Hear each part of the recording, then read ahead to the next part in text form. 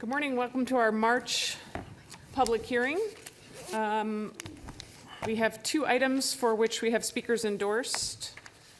The first one, and as usual, you will have 3 minutes unless we have lots of questions for you, then who knows how long it could go on. The first item is item number 1, proposed alternative amendments to MCR 6.508 that would allow a court to consider previously decided claims in the context of a new claim for relief. The first speaker is Maya Menlo from the State Appellate Defender Office.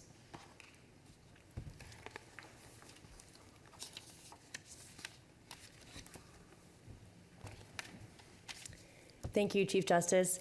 Good morning, Your Honors. May it please this honorable court, Maya Menlo of the State Appellate Defender Office. SATO supports the language put forth by the State Bar of Michigan's Board of Commissioners. As this court's aware, many of those who file motions for relief from judgment or 6500 motions do so without the help of legal counsel.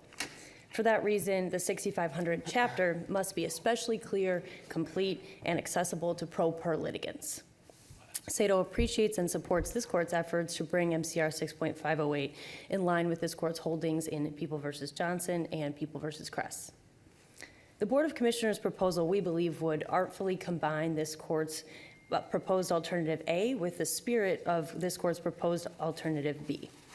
The language that we propose includes significant possibility of actual innocence, which is language that is internally consistent within MCR 6.508, given the phrasing of subsection D3B.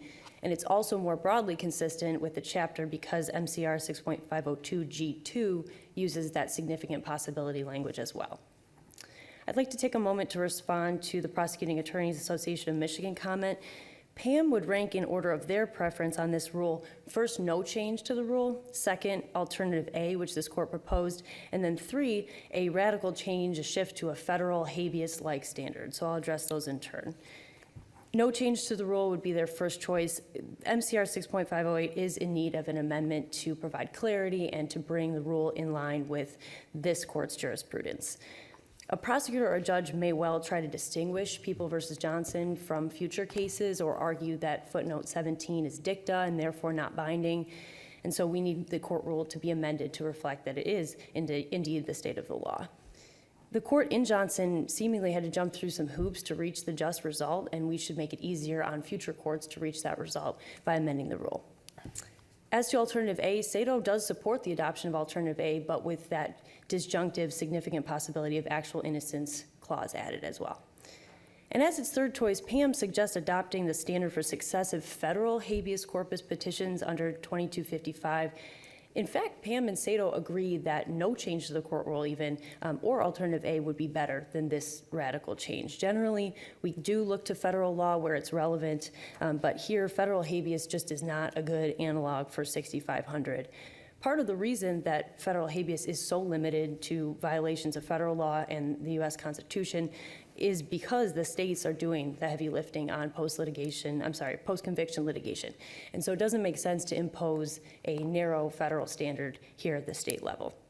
State procedural rules can and they must accommodate broader avenues for relief than federal courts on habeas review, and our states are in the business of correcting the errors that are made in our court system here in Michigan. I invite any questions and thank you for your consideration. Thank you very much, Counsel. Thank you.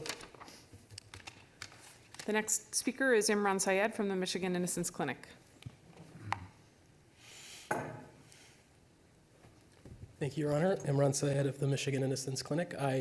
As the court is aware, we submitted a very lengthy letter on the proposed alternative amendments to 6.508. I'd be happy to answer questions about any of the specifics in that letter. I actually just wanted to address some points that the speaker before me addressed, so I will not repeat what she said, but just build on that. The idea that no change is necessary that Pam has suggested because the right outcome was reached in Johnson, it's important to keep in mind not only that the footnote might be regarded as dicta, but also it took 6 years to get to the right outcome, and repeatedly lower courts ruled against our argument in that case. Actually, as the court is aware, litigated that case. The Court of Appeals and the trial court were not convinced that there is this holistic review of previously decided claims.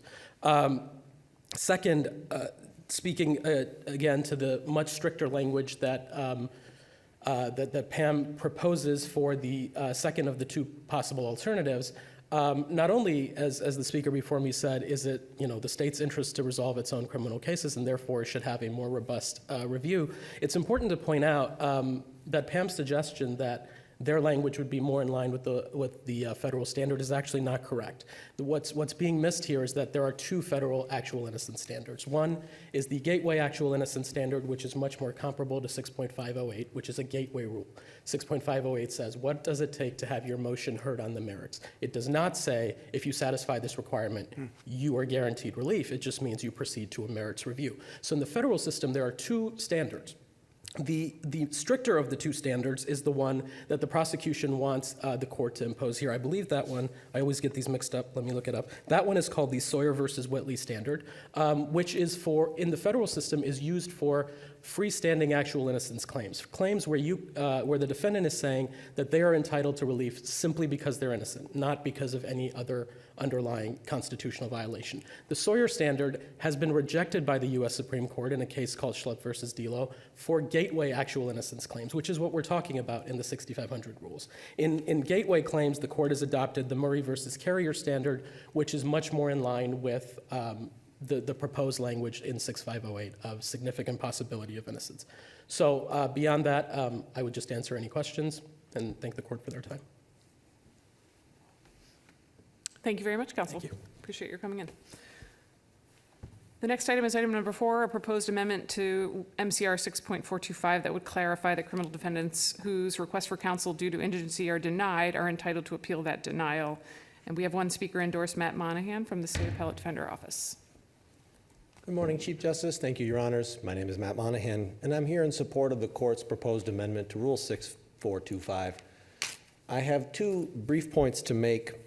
One is that we see no reason to object to the Court of Appeals' proposed changes to reflect the fact that any appeal of the denial of counsel would be by application. Our focus there would be on scale forms or a new form potentially that would allow an indigent defendant to make that choice and make it plain that they can make that choice there. And our other comment on 6425 would be there is some language already in the rule that makes clear the difference between an appeal by right and appeal by leave. That's in 6425 F2 and F1. That would be one way to incorporate the clarity that the Court of Appeals seeks without departing from language that's already in the rule. And beyond that, I'll answer any questions you may have. I see no questions. Thank you very much for coming in. We appreciate Thank you. That concludes today's hearing, and the court is adjourned. That was easier than last one. That's easier than last time.